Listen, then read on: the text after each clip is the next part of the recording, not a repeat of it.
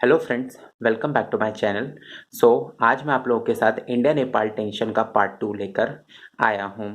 तो as per दी जो मैंने आप लोगों को कल लिंक रोड के बारे में बताया था, तो इंडिया क्लेम करता है कि वो जो रोड पास होती है वो उनके पिथौरागढ़ डिस्ट्रिक्ट से, जो कि उत्तराखंड का पार्ट है, वहां से निकलती है। सिमिलरली नेपाल उस एरिया को उनके धारचूला डिस्ट्रिक्ट का पार्ट बताती है और वो कहती है कि वो एरिया उनको बिलोंग करता है, जो कि काला पानी एरिया है। और वो एरिया इंडिया और नेपाल के बीच में टेंशन का कारण है और वो डिस्प्यूटेड लैंड है। तो चलिए, सबसे पहले मैं आपको वो एरिया शो करता हूँ इंडिया के पॉलिटिकल मैप में कि वो एरिया एक्चुअल में है कहाँ। तो ये देखिए, ये नदर्न पार्ट है इंडिया के पॉलिटिकल मैप का, और ये है उत्तराखंड, और ये है जस्ट इसके बगल से लगा हुआ है नेपाल। नेपाल इंडिया के साथ बहुत सारी बॉर्डर शेयर करता है।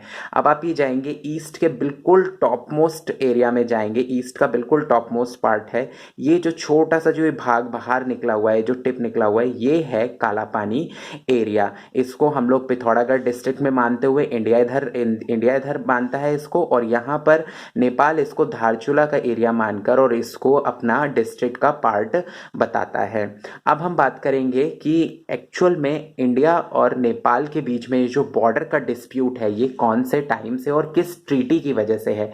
तो इसके पीछे जो सबसे बड़ी ट्रीटी है उसका नाम है ट्रीटी ऑफ सुगौली, सन 1816। ये ब्रिटिश टाइम की बात है, जहां पर इंडिया में ईस्ट इंडिया कंपनी का रूल होता था और नेपाल एक किंगडम था उस टाइम पर, और नेपाल में काफ़ी अच्छा और स्ट्रॉन्ग रूल था। लेकिन उस टाइम पर एक रकस चल रहा था ईस्ट इंडिया कंपनी और नेपाल के बीच में। इसके तीन कारण थे, बेसिकली इसके तीन कारण थे। सबसे पहला कारण था कि जो नेपाल के जो उस टाइम के एम्परर थे या वहाँ के जो लोग थे, मेनली जो गोरखास थे, उनकी पॉलिसी बहुत ज़्यादा एक्सपेंशनिस्ट थी। वो भी एक्सपैंड कर रहे थे और इंडिया के बहुत सारे पार्ट्स को अपने अंडर में ले रहे थे। आपको हिस्ट्री की एक और बात बताता हूँ, उस टाइम का हमारे आज का जो सिक्किम है, वो उस टाइम पर नेपाल ने कई टाइम तक उस पर रूल किया था। इस ट्रीटी से पहले वो नेपाल का ही पार्ट था सिक्किम, और हमारे उत्तराखंड का बहुत सारा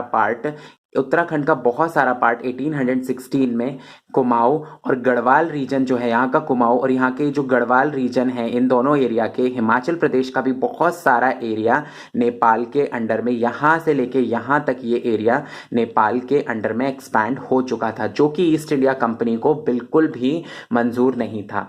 दूसरा, ईस्ट इंडिया कंपनी चाहता था कि वो नेपाल ट्रेड करे तिब्बत के साथ, लेकिन तिब्बत के साथ उसे ट्रेड करने के लिए बीच में नेपाल आ रहा था, तो उनके लिए ट्रेड कर पाना मुश्किल हो रहा था तिब्बत के साथ, यानी मेनली चाइना के साथ। तीसरा ये डिस्प्यूट का कारण यहाँ पर ये था कि जो ये रीजन है उत्तर प्रदेश का, जो ये नीचे का जो ये तराई रीजन है, तराई रीजन में अवध के किंग और नेपाल के किंग जो हैं, इनके बीच में सन 1816 में डिस्प्यूट हो रहा था। और इस डिस्प्यूट को ही ईस्ट इंडिया कंपनी ने मेन रीजन बनाकर नेपाल के साथ वॉर डिक्लेयर किया, और इसको बोलते हैं हम लोग 1814 का साइनो नेपाल वॉर। और इस वॉर में अल्टीमेटली वैसे गोरखास बहुत ज़्यादा स्ट्रेंथफुल थे और स्ट्रेंथफुल हैं भी, आज भी देखा होगा हमारे इंडिया में भी गुरखा रेजिमेंट है, ब्रिटेन में भी आज तक गुरखा रेजिमेंट होता है, तो ये लोग अभी भी काम करते हैं, अभी भी काम करते हैं। तो इस मतलब बेसिकली इस तराई रीजन के डिस्प्यूट को मानते हुए नेपाल के ऊपर ईस्ट इंडिया कंपनी ने अटैक किया। और जब ईस्ट इंडिया कंपनी ने नेपाल पे अटैक किया, तो नेपाल की वॉर लड़ने की पावर तो बहुत अच्छी थी गोरखास के अंदर, बट केवल उनके पास मॉडर्न वॉर वेपन्स नहीं थे, जो कि ईस्ट इंडिया कंपनी के पास थे। इस वजह से वो लोग वॉर को हार गए, और जब वो वॉर को हारे तो 1816 में उन्होंने ट्रीटी ऑफ सुगौली, सुगौली एक चंपारण के एरिया का, बिहार के चंपारण के एरिया का, बिहार में ही चंपारण एरिया है, वहां का एक छोटा सा गांव है, वहां पर इस ट्रीटी को उन्होंने साइन किया सन 1816 में। और जब 1816 में उन्होंने इस ट्रीटी को साइन किया, तो उन्होंने एक पार्ट बोला कि उन्होंने वहां पर नेपाल की बॉर्डर को कॉन्ट्रैक्ट कर दिया, और नेपाल की सीमा को कॉन्ट्रैक्ट करके उन्होंने अपना उत्तराखंड का एरिया हम लोगों ने, इंडिया ने वापस लिया, इंडिया से उन्होंने नेपाल से वापस ले लिया, और हिमाचल प्रदेश का भी एरिया वापस लिया, और सिक्किम जिसमें कई टाइम से नेपलीज रूल कर रहे थे, उसको भी इंडिया का पार्ट बनाया। और तराई रीजन से जो इनका क्लेम था, नेपाल ने उसको भी छोड़ दिया। और इसके अलावा इन्होंने इनकी जो बॉर्डर है वेस्ट साइड की बॉर्डर, और जो ये ईस्ट साइड से बॉर्डर है इसको एक रिवर, यहाँ से जो रिवर फ्लो होती है वो है काली रिवर, महाकाली रिवर, और यहाँ से माशी रिवर या मेश रिवर रिवर यहाँ से फ्लो होती है ईस्ट साइड में। तो इन दोनों रिवर्स का जो फ्लो है इसको इन्होंने नेपाल की बाउंड्री को डिक्लेयर किया, और इसी ट्रीटी की वजह से ही नेपाल की बाउंड्री आज इतनी है। मतलब 1/3 एरिया जो आज नेपाल का यहां से यहां तक एरिया हो सकता था वो आज केवल इतना ही है, वो ईस्ट इंडिया कंपनी ने अपना वापस लिया। तो अब जो डिस्प्यूट है वो इस रीजन के लिए है, ये जो बहुत छोटा सा एरिया जो हमें यहाँ पर दिखाई दे रहा है वो इस रीजन के लिए है।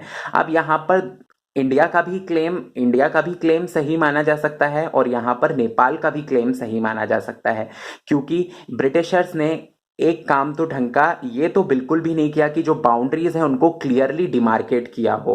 रिवर्स के थ्रू उन्होंने डिमार्केट किया, और रिवर्स की कई सारे स्ट्रीम्स होते हैं और वो कई जगहों से ओरिजिनेट होती है। तो इंडिया मानती है कि जो वो रिवर है वो यहाँ से ओरिजिनेट होती है, यहाँ से, ये नेपाल के एरिया से। तो इसीलिए ये एरिया जो है कोने का एरिया है ये इंडिया का है। लेकिन नेपाल मानता है कि जो रिवर है वो यहाँ से ओरिजिनेट होती है। ये ब्लू लाइन आप लोगों को दिख रही होगी मेरे अंगूठे के जस्ट पीछे से ही है ब्लू लाइन, वहां से ओरिजिनेट होती है, इसलिए वो पार्ट है नेपाल का। तो यही एक जो रीजन है ये डिस्प्यूट का सबसे बड़ा रीजन है, और इसकी ही वजह से, ट्रीटी ऑफ सुगौली की ही वजह से मैक्सिमम पार्ट तो हमारे पास है, लेकिन वो एक एरिया है जिसको वो भी क्लेम करते हैं और हम लोग भी क्लेम करते हैं। स्टिल इंडिया और नेपाल दोनों ही अभी बैठकर एक डिप्लोमेटिक चैनल के थ्रू एक दूसरे से बात करते हैं और इस मैटर को सॉर्ट आउट करने की कोशिश कर रहे हैं।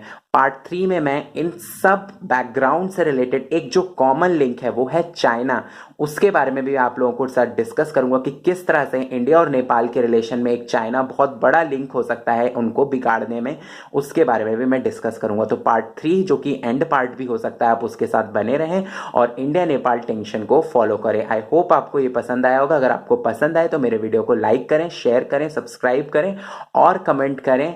Thank you so much for watching.